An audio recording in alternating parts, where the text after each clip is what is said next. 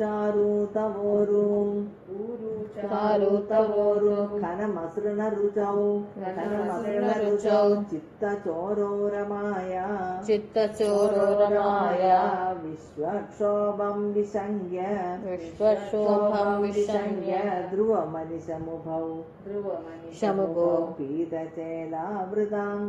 पीतचेलावृताङ्गौ आनम्राणां पुरस्तान् व्यसनधृतसमर्थात पाळी समुल्ग व्यसन पुरस्तान् व्यसन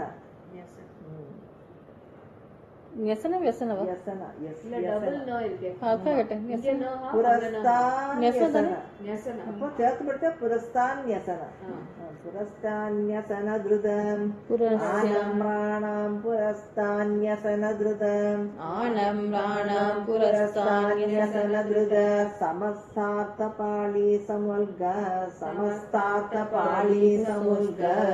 छायं जानुद्वयं च